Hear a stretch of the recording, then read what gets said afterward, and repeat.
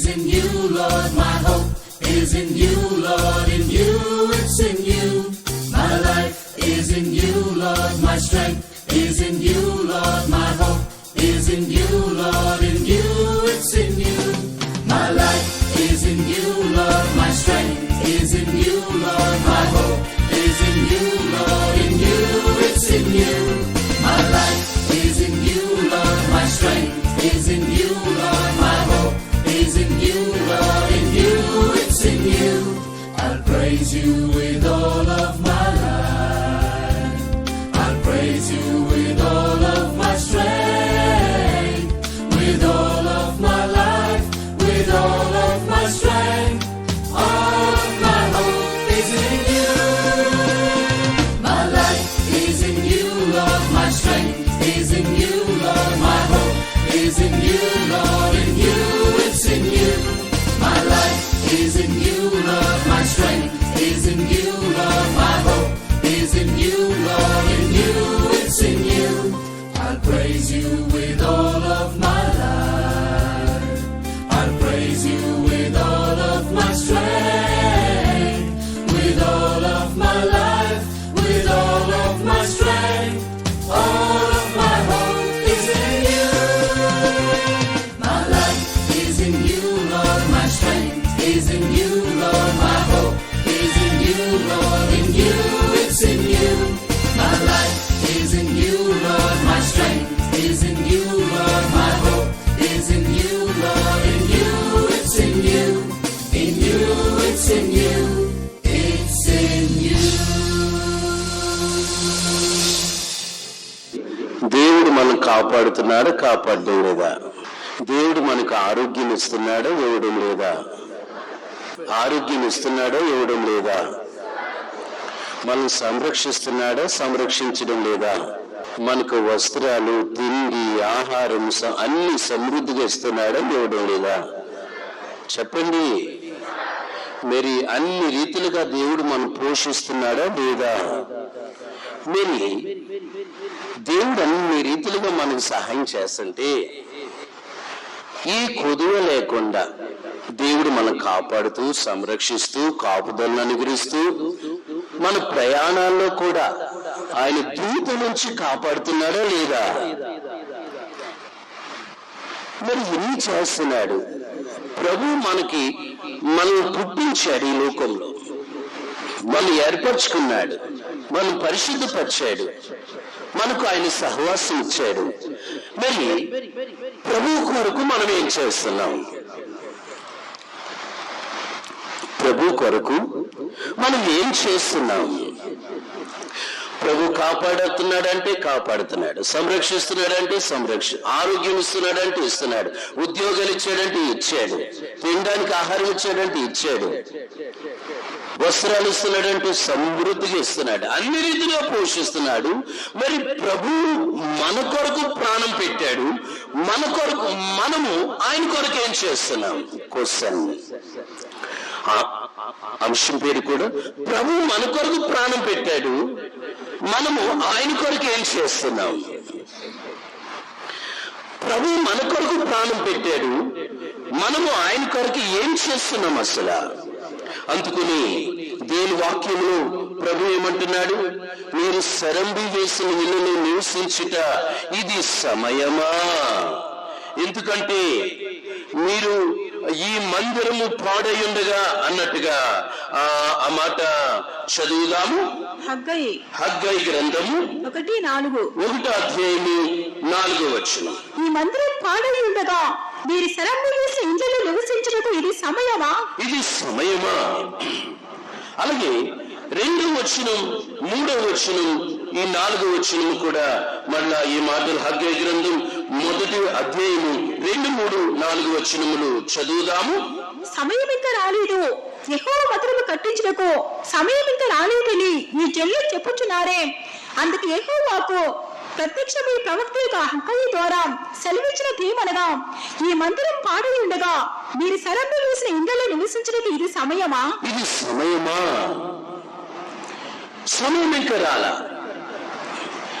యెహోవా మందిరం కట్టించేందుకు సమయం ఇంకా రాలేదని ఈ జనులు చెబుతున్నారు అన్నట్టుగా ఆత్మీయంగా ఈ హృదయం అనే మందిరము మనం ఎప్పటికప్పుడు కట్టుకోవాలండి. ఈ హృదయం అనే మందిరం ఎప్పటికప్పుడు మన జీవితం అనే మందిరమును కట్టుకోవాలి. సమయం ఉందిలే, ఇంకా సమయం ఉందిలే, ఇంకా సమయం ఉందిలే. నేడు రేపు యేసు రాకడా దేవుడు చెప్పిన ప్రకారంగా చూడండి అన్ని జరుగుతున్నాయి లోకంలో, ప్రపంచంలో. అయితే చాలా మంది సమయం ఇంకా ఉందలే, ఇంకా ఉందలే, ఇంకా ఉందలే అని సరంబి వేసిన ఇళ్లలో నివసించుటంటే లోకానుసరమైనటువంటి మనసు, లోకానుసరమైనటువంటి తలంపులు, లోకానుసరమైనటువంటి జీవితం.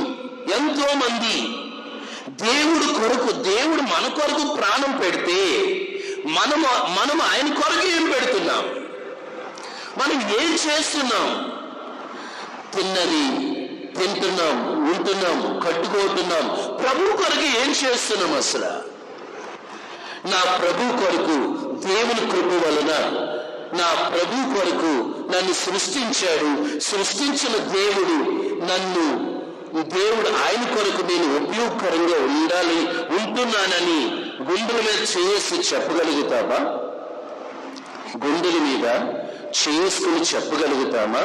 ఉదాహరణకి మీరే ఉన్నారు, మనమే ఉన్నాం. మన తల్లిదండ్రులు పుట్టిన తోడంతా కూడా పుట్టిన కాడి నుండి చూడండి, పుట్టిన తోడనే ఆ తండ్రులు ఆ పిల్లల్ని రక్తములో పొరులాడుతున్నటువంటి మనల్ని దేవుడు ప్రేమించి నాభి సూత్రము కూడా అంటే కోయబడలేదు అన్నట్టుగా, అంటే దేవుడు తన బిడ్డలను మనల్ని కాపాడి సంరక్షించి రక్తములో పొరులాడుతున్నటువంటి మనల్ని ఆ మాట చదువుదాము. యెహెజ్కేలు గ్రంథము 16 అధ్యాయం 4వ వచనం. నీ జన్మ దినము చూడగా నీ పుట్టిన నాడు నీ నాభి సూత్రము కొయ్యబడలేదు, శుభ్రమగుటకు నీవు నీళ్లతో కడుగబడలేదు. ఎందుకంటే శుభ్రము అగుటకు నీళ్లతో కడుగబడలేదు. అలాంటి జీవితాన్ని దేవుడు ఎంతగానో మనల్ని ప్రేమించి కాపాడి సంరక్షించి ఈ లోకంలో కూడా శరీర రీతిగా కూడా ఒక తల్లిదండ్రులు ఇచ్చి వాళ్ళ ద్వారా ఇదిగో నా బిడ్డను పెంచు అన్నట్టుగా ఆ తల్లిదండ్రులు చిన్ననాటి నుండి చూడండి మనల్ని ఒక్కసారి జ్ఞాపకం చేసుకుని మీరు అందరూ జ్ఞాపకం చేసుకోండి, నేను కూడా జ్ఞాపకం చేసుకుంటా. మన తల్లిదండ్రులు చిన్ననాటి నుండి చూడండి 1, 2 తెలియక 2లో కూడా 1, 2 పొరలాడుతున్నటువంటి బురదలోకి వెళ్ళిపోయేవరా, పెంట్లోకి వెళ్ళిపోయేవరా, అరే 1లో అక్కడే పోసో అక్కడే నువ్వు ఉన్నావురా అని తల్లి ఏం చేస్తుంది? శుభ్రం చేసి కడిగి 45 అధ్యాయం 10వ వచనం.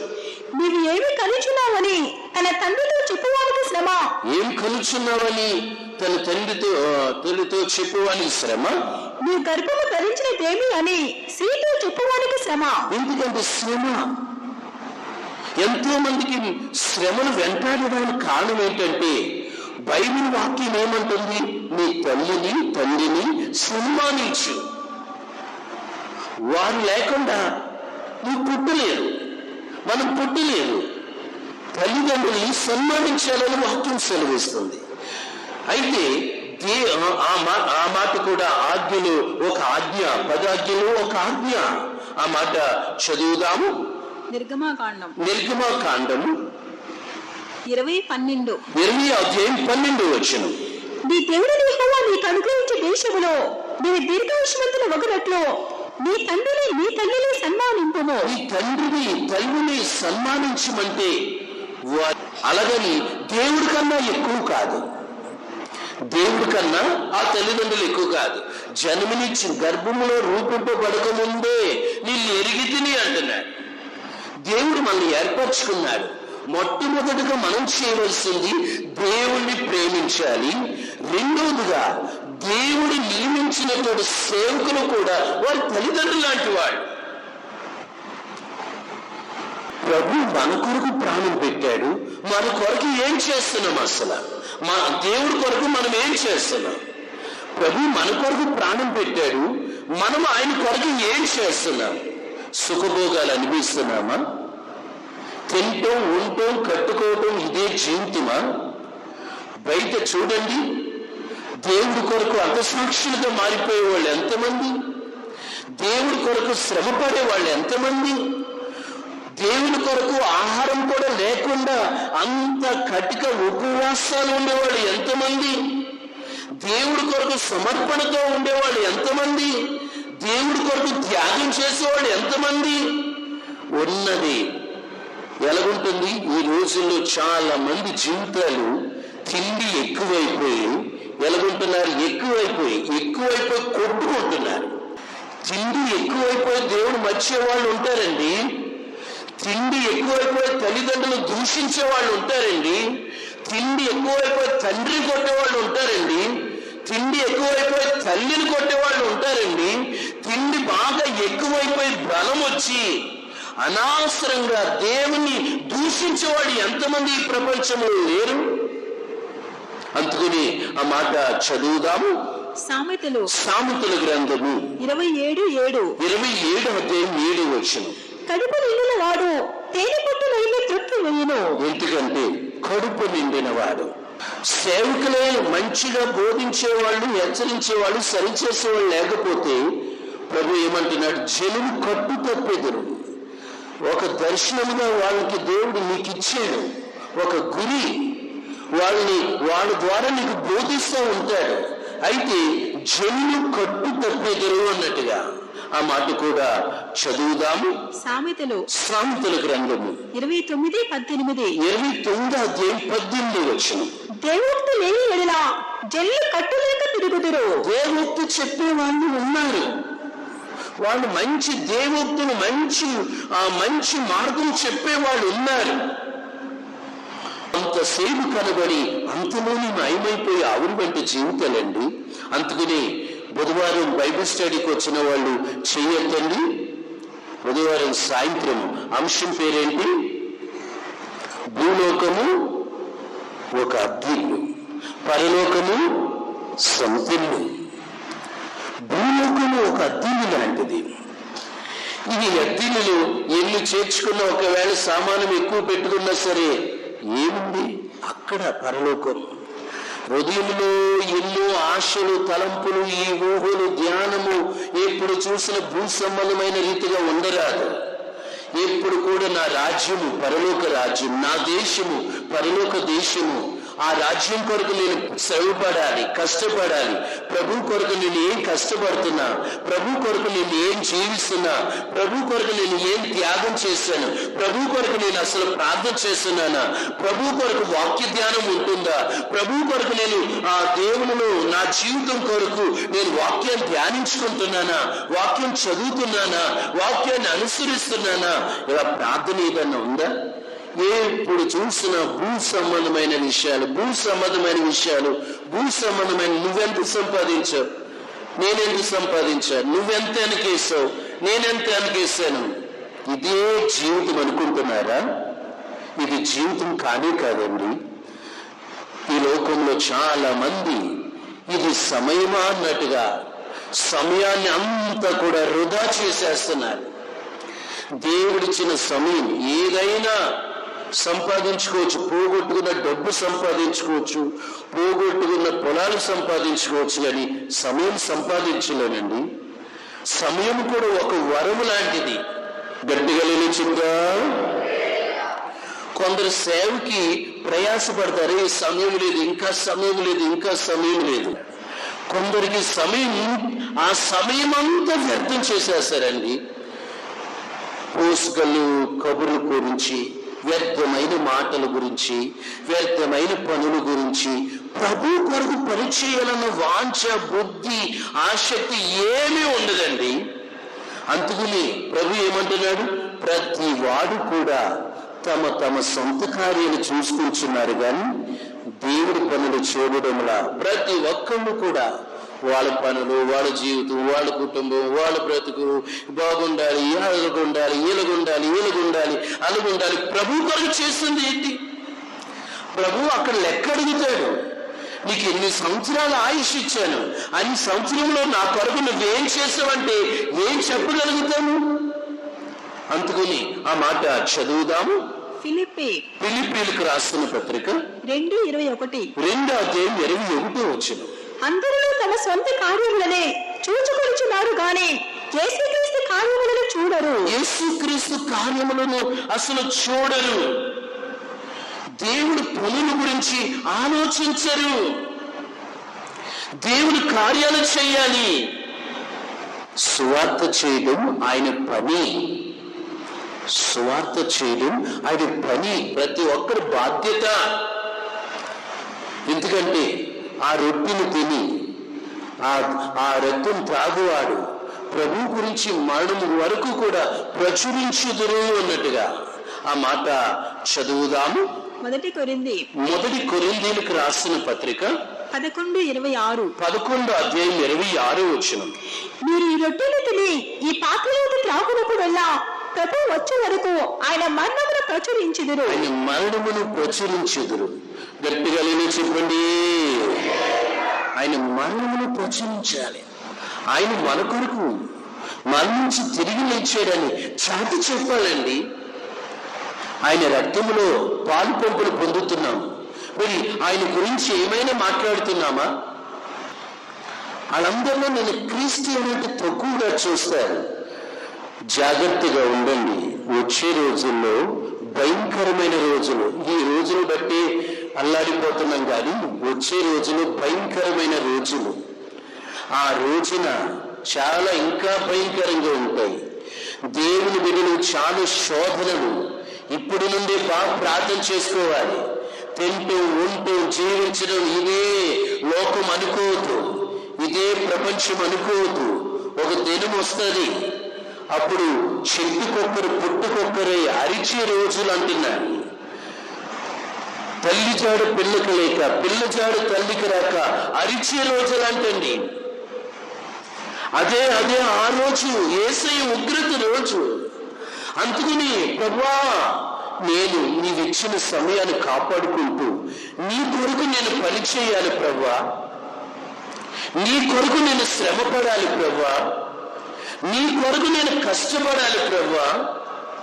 అందుకని ప్రభు ఏమంటున్నాడు, ఇది సమయమా నువ్వు సరంబియేసిన వేళల్లో నివసించటం, రకరకాలుగా జీవించడం, సుఖాలు అనుభవించడం, సుఖాలు అనుభవించడం, ఇది సమయమా?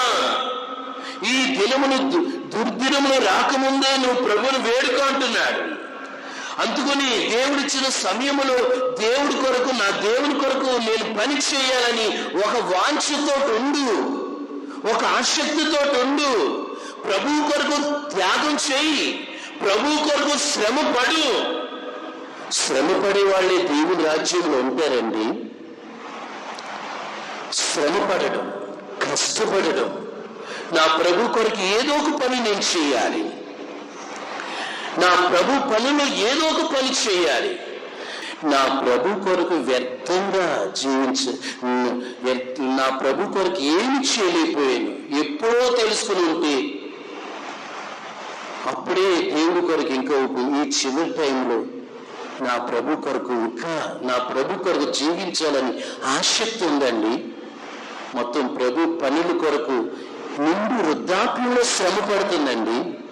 నిండు వృద్ధాప్యంలో సేవకులకు సపోర్ట్గా నిలబడుతుందండి. సేవా కార్యాల కొరకు నిలబడుతుందండి. నిండు వృద్ధాప్యంలో ఎంతో మంది దేవుడి పిల్లలు దేవుని కొరకు శ్రమపడేది ఆలోచన ఏమి ఉండు.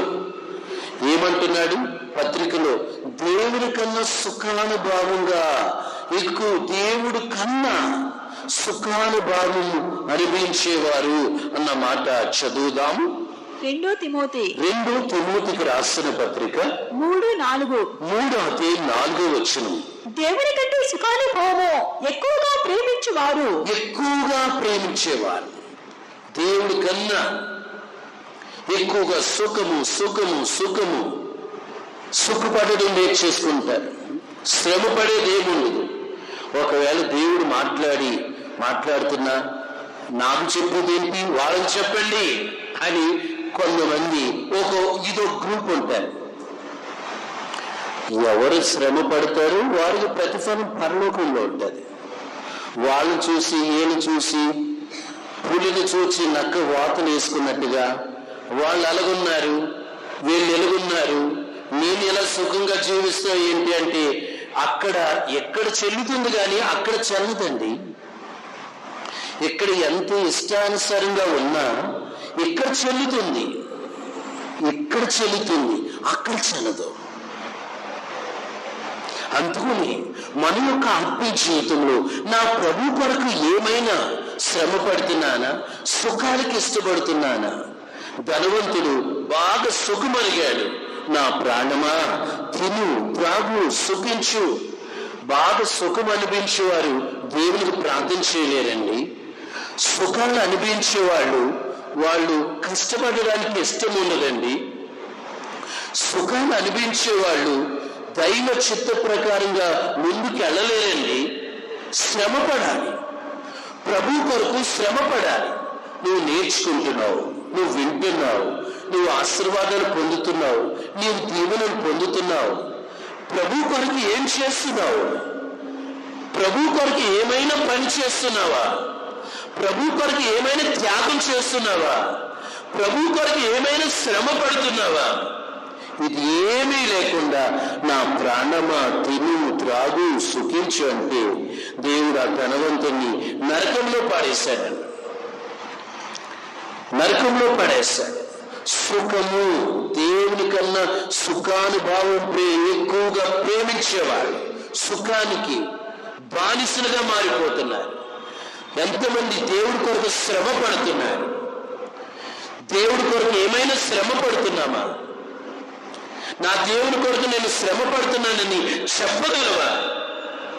ఈ రోజుల్లో కాళ్ళు చేతులు లేని వాళ్ళని ప్రభు కొరకు నన్ను బ్రతికించాడు, నన్ను కాపాడాడు, నన్ను సంరక్షించాడు, కనీసం నోరిచ్చాడు, ఈ నోటిని దేవుడి కొరకు ఉపయోగించాలని తీర్మానం చేసుకుని ఒక తీర్మానానికి వస్తే ఎప్పుడు చూసినా ఏం సంపాదన సంపాదన సంపాదన అంతా ఎలాగైపోతుంది?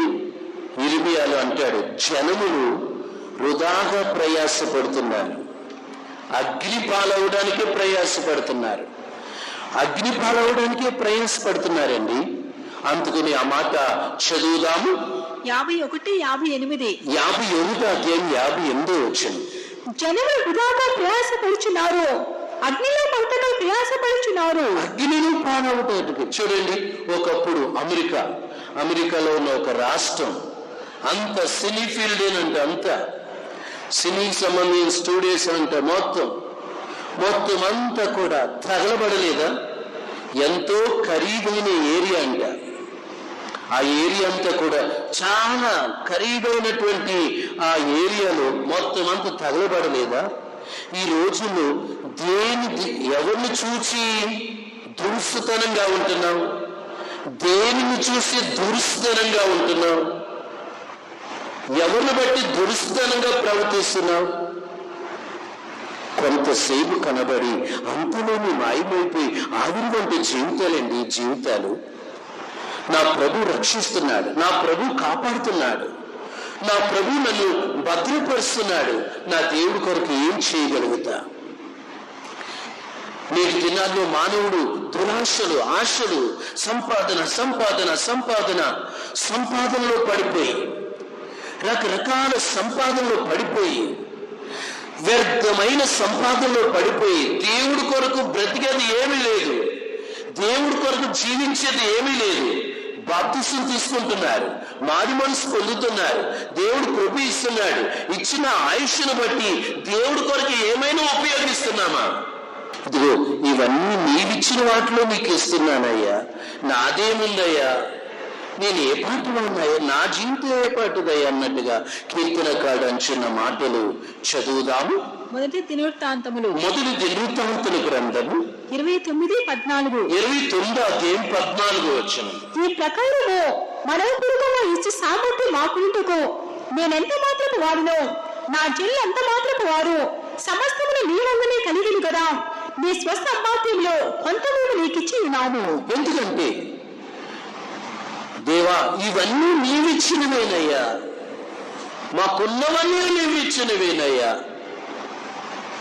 చూడండి, అప్పుడప్పుడు పిల్లలు, ఇద్దరు పిల్లలను, ఉదాహరణకి ఇద్దరు పిల్లలు, చిన్న పిల్లల్ని తీసుకొచ్చి, ఒక నలుగురు పిల్లలు ఉన్నారు, నలుగురికి చాక్లెట్లు ఇచ్చాడు వాళ్ళ డాడీ. మళ్ళీ వాళ్ళ డాడీ నాకు ఇవ్వంటే, నేను ఇవ్వను అంటాడు. ఒకడు అడుగుతుంతో ఒకడు ఇంకొకడు ఏం చేస్తాడు, ఎవరిని చాక్లెట్ నోట్లో పెట్టేసుకుంటాడు. డాడీ లేదు డాడీ అంటే. ఇంకొకడు ఏం చేస్తాడు, ఆ చాక్లెట్ ఇసిరేత, లేదు డాడీ, ఆ తర్వాత తెచ్చుకోవడానికి. ఇంకొకడేమో ఎవంటిని చాక్లెట్ పైది ఒలిచి ఎవంటిని డాడీ నోట్లో పెడతాడు. డాడీ తీసుకో డాడీ అని. రకాలు బుద్ధులు. నలుగురు పిల్లలు ఉన్నారు, నలుగురికి తండ్రి ఇచ్చాడు. ఉదాహరణ చెప్తున్నాను. ఒకడేమో ఎవంటిని నోట్లో పెట్టేస్తే లేదు డాడీ అంటున్నాడు. ఇంకోడేమో గబగబా బొక్కేస్తాడు. ఇంకొకడేమో చాక్లెట్ ఇసిరేసాడు, తర్వాత తీసుకోవడం. ఇంకొకడేమో ఎవంటిని ఆ చాక్లెట్ తీసుకొచ్చి వాళ్ళ డాడీ నోట్లో పెడుతున్నాడు. గట్టిగా చూద్దా. ఈ ప్రపంచంలో అందరినీ మంచిగానే దేవుడు సృష్టించాడు, కానీ వారి ఆలోచన వేరండి, వారి తలంపులు వేరు. దేవుడు ఎందుకు సృష్టించాడంటే ఆయన కొరకు సృష్టించుకున్నాడు. దేవుడు ఎందుకు ఎన్నుకున్నాడంటే ఆయన పని చేయడం కొరకు ఎన్నుకున్నాడు. కనీసము దేవుడి గురించి తెలుసుకున్నావు, ఒక్కడికి కనీసము వారంలో ఒక్కడికి దేవుడి గురించి చెప్పమని అంటాం. ఒక్కడికి చెప్పగలుగుతావా? ఒక్కడికైనా చెప్పగలుగుతావా?